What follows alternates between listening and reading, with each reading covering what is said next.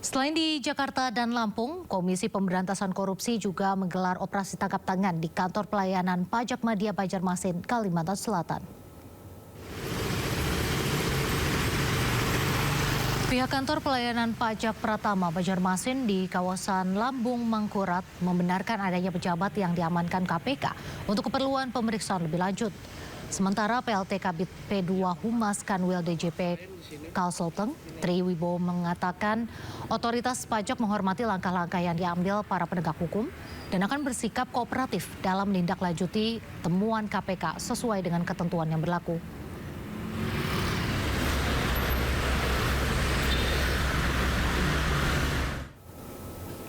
Menanggapi operasi tangkap tangan KPK di kantor pelayanan pajak Madya Banjarmasin dan mantan pejabat di Ditjen Bea Cukai, Menteri Keuangan Purbayayudi Sadewa akan menjatuhkan sanksi pemberhentian jika ada pegawai di lingkungan Kementerian Keuangan yang terbukti terlibat. Lihat apa hasilnya OTT itu. Kalau memang orang pajak dan bea cukai ada yang bersalah ya harus ditindak secara hukum sesuai dengan peraturan yang berada.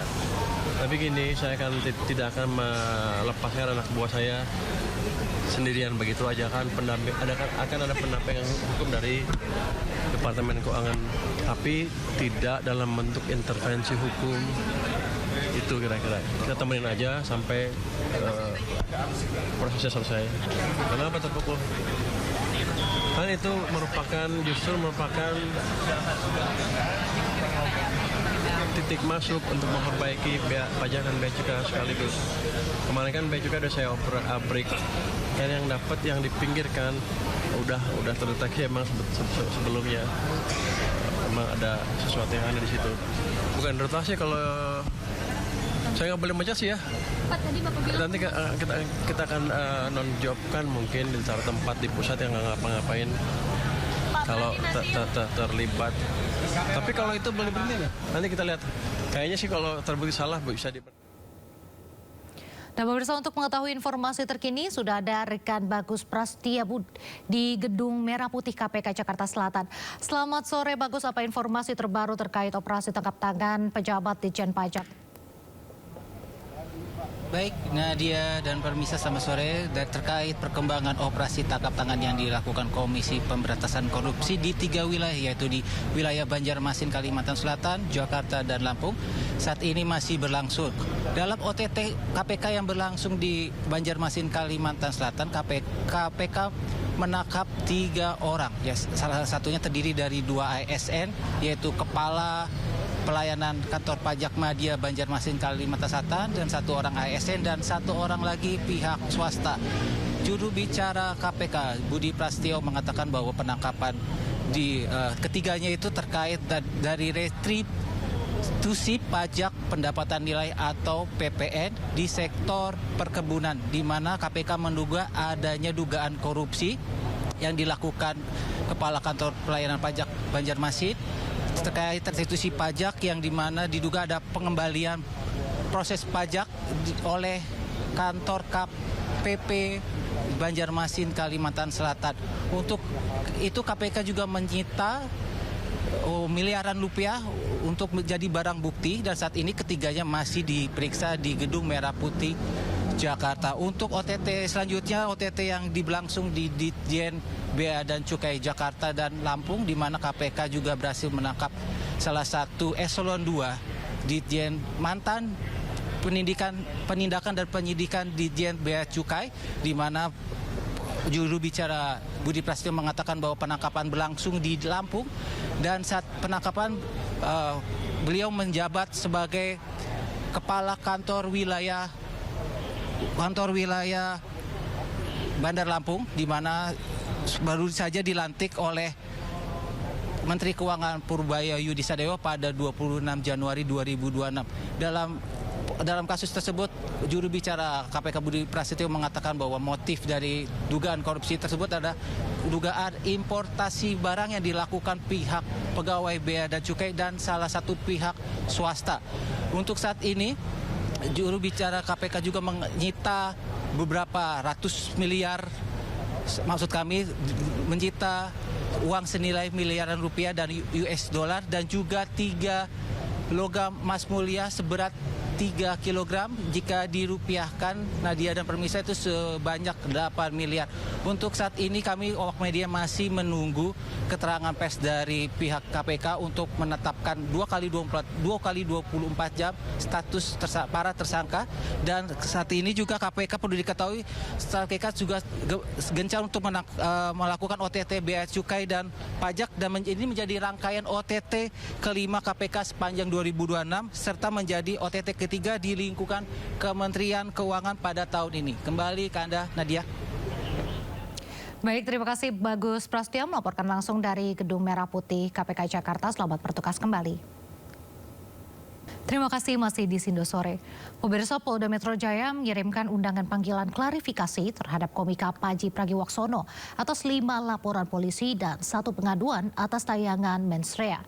Surat panggilan sudah dikirim kepada Panji untuk hadir pada Jumat mendatang. Saudara PP diminta untuk diundang untuk hadir klarifikasi pada hari Jumat tanggal 6 Januari 2026 pukul 10.00 WIB. Undangan klarifikasi atas 5 laporan polisi yang ada. Untuk proses, ini kan undangan klarifikasi, karena yang dilaporkan adalah objek yang sama, sehingga penyidik berpikir untuk penghematan waktu dipanggil secara satu waktu dalam 5 perkara. Pemirsa, dipanggil Polda Metro Jaya pada Jumat mendatang, komika Panji Pragiwaksono menegaskan tidak akan menghindar. Panji berjanji akan mengikuti jalannya proses hukum yang berjalan.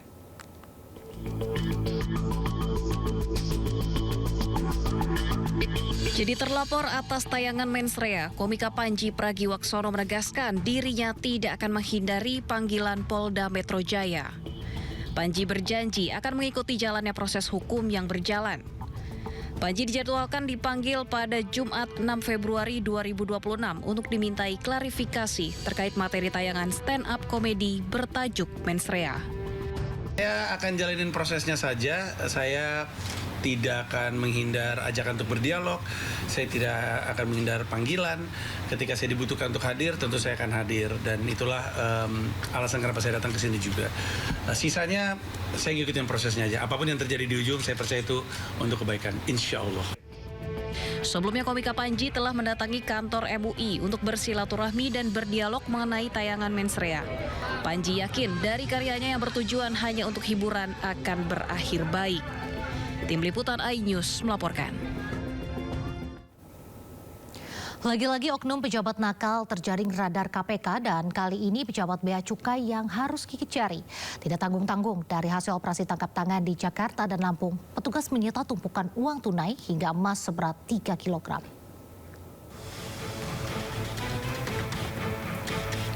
Juru bicara KPK mengatakan selain menyita barang bukti uang tunai yang terdiri dari mata uang rupiah dan asing, KPK juga menangkap sejumlah orang di Jakarta dan Lampung.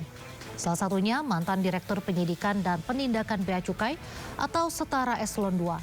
Penangkapan terkait dugaan korupsi impor. Yang bersangkutan pejabat Eselon II di Bea Cukai.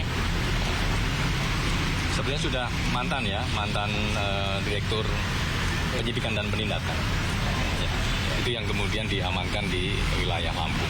Berapa orang? Yang mana? Yang kasus yang ini berapa orang yang diamankan? Ini ada beberapa orang yang diamankan dan ini teman-teman juga masih bergerak di lapangan, jadi nanti kita akan update perkembangannya. Barang bukti yang kedua ini kira-kira apa? Barang bukti, untuk barang bukti ada uang tunai baik rupiah maupun mata uang asing dan juga logam mulia untuk uang senilai miliaran rupiah. Kemudian logam mulia itu ada mungkin sekitar 3 kg emas. Ya terkait dengan beberapa barang yang masuk ke Indonesia begitu ya.